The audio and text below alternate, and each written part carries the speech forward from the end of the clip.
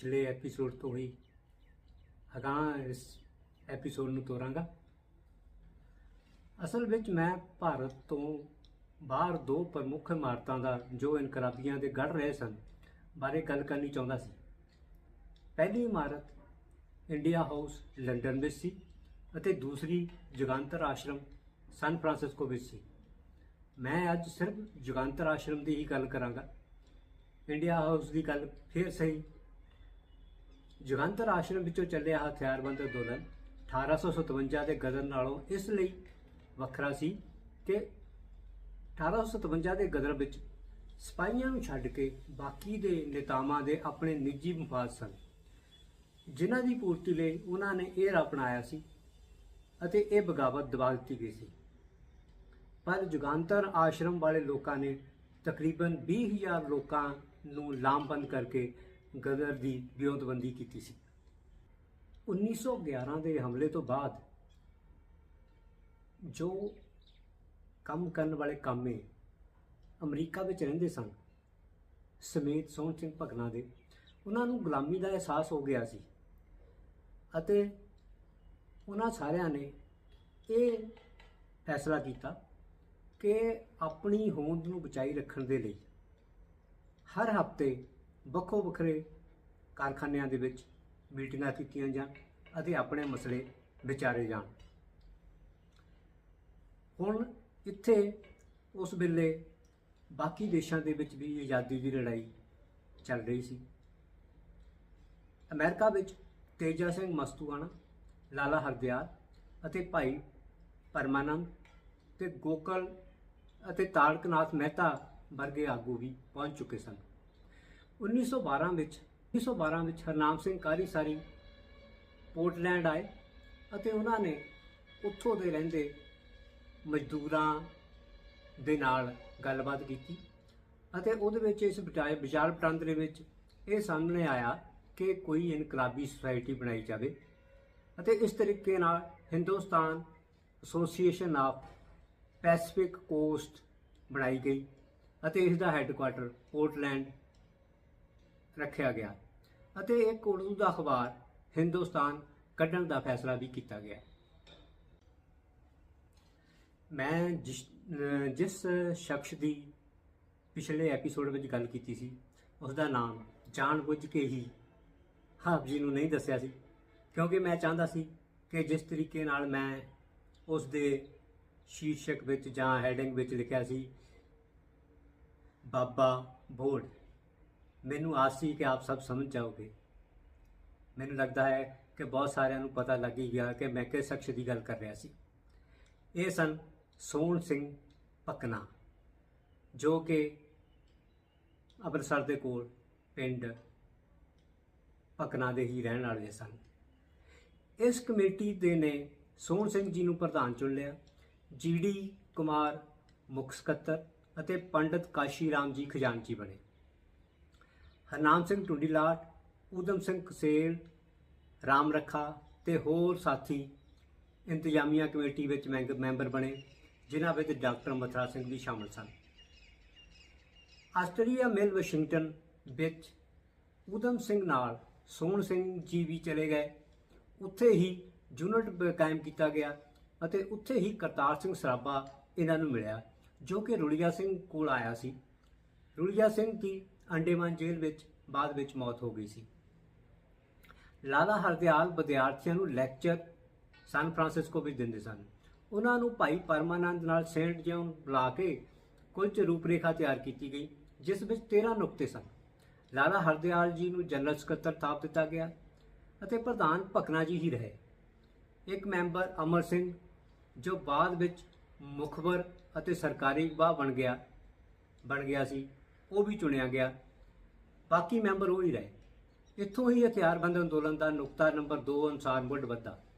ਅਖਬਾਰ ਦਾ ਨਾਮ 1857 ਦੇ ਗਦਰ ਦੇ ਨਾਮ ਤੇ ਗਦਰ ਰੱਖਿਆ ਗਿਆ, ਜਿਸ ਨੂੰ ਗਦਰ ਦੀ ਗੂੰਜ ਵੀ ਕਿਹਾ ਗਿਆ। ਅਖਬਾਰ ਚਲਾਉਣ ਦੀ ਮੈਂਬਰਾਂ ਨੇ ਪੈਸੇ ਦਿੱਤੇ। ਪੰਡਿਤ ਕਾਸ਼ੀ ਰਾਮ ਜੀ ਨੇ ਇੱਕ ਜ਼ਮੀਨ ਦਾ ਟੁਕੜਾ ਅਤੇ ਨਕਦ $10,000 ਦਿੱਤੇ। 1 ਨਵੰਬਰ 1913 ਨੂੰ ਹਫ਼ਤਾਵਾਰ ਗਦਰ ਅਖਬਾਰ ਦਾ ਪਹਿਲਾ ਪਰਚਾ ਕੱਢਿਆ ਗਿਆ। ਇੱਕ ਮਕਾਨ ਕਿਰਾਏ ਤੇ ਲੈ ਕੇ ਦਫ਼ਤਰ ਖੋਲ੍ਹਿਆ ਗਿਆ, ਜਿਸ ਦਾ ਨਾਮ ਜਗੰਤਰ ਆਸ਼ਰਮ ਰੱਖਿਆ ਗਿਆ।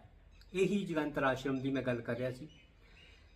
ਇਸ ਗਦਰ ਨਾਮੀ ਅਖਬਾਰ ਦੇ ਪਹਿਲੇ ਪੰਨੇ ਤੇ ਲਿਖਿਆ ਹੁੰਦਾ ਸੀ, ਲਾਲਾ ਹਰਦਿਆਲ ਤੇ ਕੇਸ ਹੋਣ ਕਾਰਨ ਉਹਨਾਂ ਨੂੰ ਸਵਿਟਜ਼ਰਲੈਂਡ ਭੇਜ ਦਿੱਤਾ ਗਿਆ। ਹੁਣ ਸੰਤੋਖ ਸਿੰਘ ਜਨਰਲ ਸਕੱਤਰ ਸਨ। ਕੰਮ ਵਧਣ ਕਾਰਨ ਇਹ ਅਖਬਾਰ ਉਰਦੂ, ਹਿੰਦੀ, ਪੰਜਾਬੀ, ਗੁਜਰਾਤੀ, ਪਸ਼ਤੋ ਜ਼ਬਾਨਾਂ ਵਿੱਚ ਵੀ ਲੱਖਾਂ ਦੀ ਤਾਦਾਦ ਵਿੱਚ ਛਪਣ ਲੱਗਾ। ਬਾਅਦ ਵਿੱਚ ਆਪਣੀ ਤਿਆਰੀ ਕਰਨ ਦੇ ਲਈ ਜਹਾਜ਼ ਦੀ ਸਿਖਲਾਈ, ਉਡਾਨ ਦੀ ਸਿਖਲਾਈ ਲਈ ਕਰਤਾਰ ਸਿੰਘ ਸਰਾਭਾ ਨੂੰ ਜਰਮਨ ਕੰਪਨੀ ਕੋਲ ਸਨ ਫਰਾਂਸਿਸਕੋ ਦੇ ਜਰਮਨ ਕੌਂਸਲਰ ਰਾਹੀਂ ਭੇਜਿਆ ਗਿਆ। ਉੱਥੇ ਪੁਲ ਉੱਤੇ ਬੰਬ ਉਡਾਉਣ ਬਾਰੇ ਵੀ ਸਿਖਲਾਈ ਦਿੱਤੀ ਜਾਂਦੀ ਸੀ ਅਤੇ ਇਸੇ ਸਮੇਂ ਹੀ ਹਰਨਾਮ ਸਿੰਘ ਟੁੰਡੀਲਾਲ ਦਾ ਇੱਕ ਹੱਥ ਬੰਬ ਬਣਾਉਂਦੇ ਸਮੇਂ ਹੀ ਧਮਾਕੇ ਨਾਲ ਉੱਡ ਗਿਆ ਸੀ।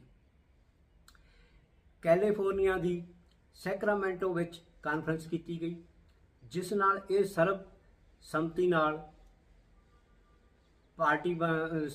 ਨਾਲ ਫੈਸਲਾ ਕੀਤਾ ਗਿਆ ਕਿ ਇਨਕਲਾਬ ਦਾ ਮੁੱਢ ਬਣਨਾ ਚਾਹੀਦਾ ਹੈ। ਸਰਬ ਅਮਰੀਕਨ ਪਾਰਟੀ ਬਣ ਗਈ ਸੀ ਅਤੇ ਕੰਮ ਜ਼ਿਆਦਾ ਫੈਲ ਗਿਆ ਸੀ। ਬਾਬਾ ਸੋਹਣ ਸਿੰਘ ਭਕਨਾ ਜੀ ਨੇ ਆਪਣਾ ਸਾਰਾ ਪ੍ਰਾਈਵੇਟ ਕੰਮ ਛੱਡ ਦਿੱਤਾ ਅਤੇ 24 ਘੰਟੇ ਹੀ ਜਥੇਬੰਦੀ ਨੂੰ ਸਮਰਪਿਤ ਕਰਕੇ ਆਪਣਾ ਕੰਮ ਚਲਾਉਣ ਲੱਗੇ। ਉਨਕਾ ਚਾਓ ਸਿਰ ਧਰ ਗਲੀ ਮੋਰੀ ਆਓ। ਹਰਦਿਆਲ ਸਿੰਘ ਉਰਦੂ ਵਿੱਚ ਲਿਖਦੇ ਸਨ ਅਤੇ ਉਸ ਦਾ ਉਲਥਾ ਕਰਤਾਰ ਸਿੰਘ ਪੰਜਾਬੀ ਵਿੱਚ ਕਰਦੇ ਸਨ।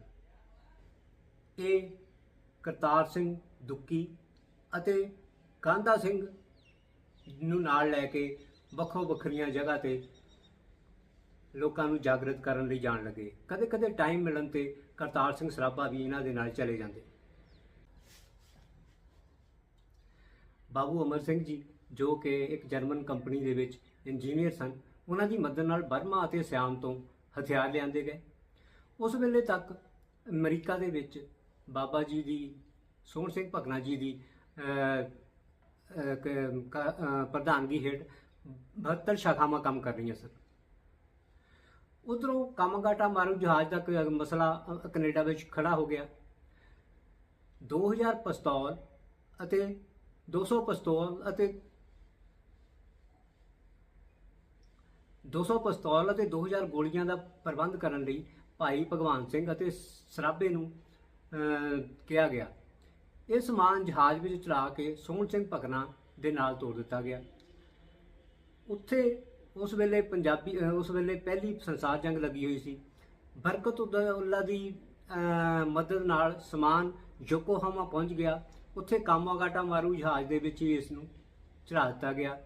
ਉੱਥੇ ਹੀ ਕਰਤਾਰ ਸਿੰਘ ਸਰਾਭੇ ਨੇ ਇੱਕ ਹੋਰ ਸਾਥੀ ਨਾਲ ਭਾਰਤ ਵਿੱਚ ਇਨਕਲਾਬ ਕਰਨ ਦਾ ਪਾਰਟੀ ਦਾ ਫੈਸਲਾ ਸੋਹਣ ਸਿੰਘ ਭਕਨਾ ਜੀ ਨੂੰ ਸੁਣਾ ਦਿੱਤਾ। ਸੋਹਣ ਸਿੰਘ ਦੇ ਹੋਰ ਸਾਥੀ ਹਾਂਗਕਾਂਗ ਪਹੁੰਚੇ। ਇਨਕਲਾਬੀ ਨਾਮ ਸੰਗ ਨਾਮੀ ਜਹਾਜ਼ ਵਿੱਚ ਅੱਗੇ ਵਧ ਰਹੇ ਸਨ ਤਾਂ ਕਲਕੱਤਾ ਵਿੱਚ ਕਾਮਾਗਾਟਾ ਮਾਰੂ ਜਹਾਜ਼ ਵਾਲਾ ਸਾਕਾ ਹੋ ਗਿਆ। ਬੰਗਾਲ ਦੀ ਖਾੜੀ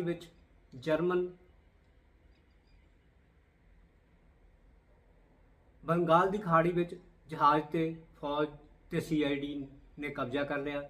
ਸੋਹਣ ਸਿੰਘ ਤੇ 2 ਹੋਰ ਸਾਥੀਆਂ ਨੂੰ ਫੜ ਲਿਆ ਗਿਆ ਅਤੇ ਕਲਕੱਤਾ ਜੇਲ੍ਹ ਵਿੱਚ ਰੱਖਣ ਤੋਂ ਬਾਅਦ ਲੁਧਿਆਣਾ ਜੇਲ੍ਹ ਵਿੱਚ ਭੇਜ ਦਿੱਤਾ ਗਿਆ। ਇੱਥੇ ਬਾਕੀ 2 ਪੰਜਾਬੀਆਂ ਨੂੰ ਤਾਂ ਛੱਡ ਦਿੱਤਾ ਗਿਆ, ਪਰ ਸੋਹਣ ਸਿੰਘ ਭਕਨਾ ਜੀ ਨੂੰ ਅੱਗੇ ਮੁਲਤਾਨ ਜੇਲ੍ਹ ਭੇਜਣ ਦੇ ਲਈ ਟਾਂਗੇ ਵਿੱਚ ਬਿਠਾ ਕੇ ਰੇਲਵੇ ਸਟੇਸ਼ਨ ਵੱਲ ਤੋਰ ਦਿੱਤਾ ਗਿਆ। ਉਸ ਟਾਂਗੇ ਦਾ ਪਿੱਛਾ ਕਰਤਾਰ ਸਿੰਘ ਸਰਾਭਾ ਜੀ ਕਰ ਰਹੇ ਸਨ ਅਤੇ ਉੱਥੇ ਬਾਬਾ ਜੀ ਨੇ ਕਰਤਾਰ ਸਿੰਘ ਸਰਾਭੇ ਨੂੰ ਦੱਸਤਾ ਕਿ ਉਹ ਹੁਣ ਮੁਲਤਾਨ ਜੇਲ੍ਹ ਦੇ ਵਿੱਚ ਹੀ ਮਿਰਸਮਕਾ ਇੱਕ ਸਾਥੀ ਰਾਮਚੰਦਰ ਦੀ ਨਿਗਰਾਨੀ ਹੇਠ ਛੱਡ ਕੇ ਬਾਕੀਆਂ ਨੇ ਭਾਰਤ ਲਈ ਚਾਲੇ ਪਾ ਦਿੱਤੇ ਸਨ, ਜਿਨ੍ਹਾਂ ਵਿੱਚੋਂ ਕਰਤਾਰ ਸਿੰਘ ਸਰਾਭਾ ਅਤੇ ਸੋਹਣ ਸਿੰਘ ਭਕਨਾ ਪਹਿਲਾਂ ਹੀ ਪਹੁੰਚ ਗਏ ਸਨ। ਗਦਰ ਅਖਬਾਰ ਵਿੱਚ ਪਿੰਡ ਮੁੱਗੋਵਾਲ, ਜ਼ਿਲ੍ਹਾ ਹੁਸ਼ਿਆਰਪੁਰ ਤੋਂ ਵੀ ਇੱਕ ਲੜਕਾ ਕੰਮ ਕਰਦਾ ਸੀ, ਜਿਸ ਦਾ ਨਾਮ ਮੰਗੂ ਰਾਮ ਸੀ, ਜਿਸ ਨੇ ਬਾਅਦ ਵਿੱਚ ਭਾਰਤ ਵਿੱਚ ਆ ਕੇ ਦੱਬੇ ਕੁਚਲੇ ਲੋਕਾਂ ਲਈ ਆਵਾਜ਼ ਬੁਲੰਦ ਵੀ ਕੀਤੀ ਅਤੇ ਇੱਕ ਧਰਮ ਵੀ ਚਲਾਇਆ। 5 ਅਗਸਤ 1914 ਦੇ ਗਦਰ ਅਖਬਾਰ ਦੀਆਂ ਹਜ਼ਾਰਾਂ ਕਾਪੀਆਂ ਫੌਜੀ ਛਾਉਣੀਆਂ, ਪਿੰਡਾਂ, ਸ਼ਹਿਰਾਂ ਅੰਗਰੇਜ਼ੀ ਸਰਕਾਰ ਵਿਰੁੱਧ ਲੜਾਈ ਦੇ ਮਜ਼ਮੂਨ ਨਾਲ ਵੰਡੀਆਂ ਗਈਆਂ। ਬਹੁਤ ਸਾਰੇ ਵਿਦੇਸ਼ਾਂ ਵਿੱਚ ਰਹਿੰਦੇ ਇਨਕਲਾਬੀ ਭਾਰਤ ਪਹੁੰਚ ਚੁੱਕੇ ਸਨ ਅਤੇ 20,000 ਤੋਂ ਹੋਰ ਪਹੁੰਚਣ ਦੀ ਆਸ ਸੀ। ਸਰਾਭਾ ਅਤੇ ਵਿਸ਼ਨੂੰ ਗਣੇਸ਼ ਪਿੰਗਲੇ ਰਾਸ ਬਿਹਾਰੀ ਬੋਸ ਨੂੰ ਬਨਾਰਸ ਜਾ ਕੇ ਮਿਲੇ, ਜਦੋਂ ਕਿ ਬਹੁਤ ਸਾਰੇ ਇਨਕਲਾਬੀ ਬੰਦਰਗਾਹਾਂ ਤੇ ਹੀ ਫੜ ਲਏ ਗਏ ਸਨ। ਲੁਧਿਆਣੇ ਕੋਲ ਲਾਡੂਵਾਲ ਵਿੱਚ ਇੱਕ ਮੀਟਿੰਗ ਰੱਖੀ ਗਈ, ਜਿਸ ਵਿੱਚ ਧਨਾਡਾ ਨੂੰ ਲੁੱਟ ਕੇ ਹਥਿਆਰਬੰਦ ਅੰਦੋਲਨ ਦੀਆਂ ਜ਼ਰੂਰਤਾਂ ਪੂਰੀਆਂ ਕਰਨੀਆਂ ਮਿਥੀਆਂ ਗਈਆਂ। ਇੱਕ ਲੁੱਟ ਦੌਰਾਨ ਬੰਬ ਧਮਾਕੇ ਵਿੱਚ ਬਰਿਆਮ ਸਿੰਘ ਅਤੇ ਭਾਈ ਰਾਮ ਰੱਖਾ ਮਾਰੇ ਗਏ। ਰਾਸ ਬਿਹਾਰੀ ਬੋਸ 25 ਜਨਵਰੀ 1915 ਨੂੰ ਅੰਮ੍ਰਿਤਸਰ ਪਹੁੰਚ ਗਏ।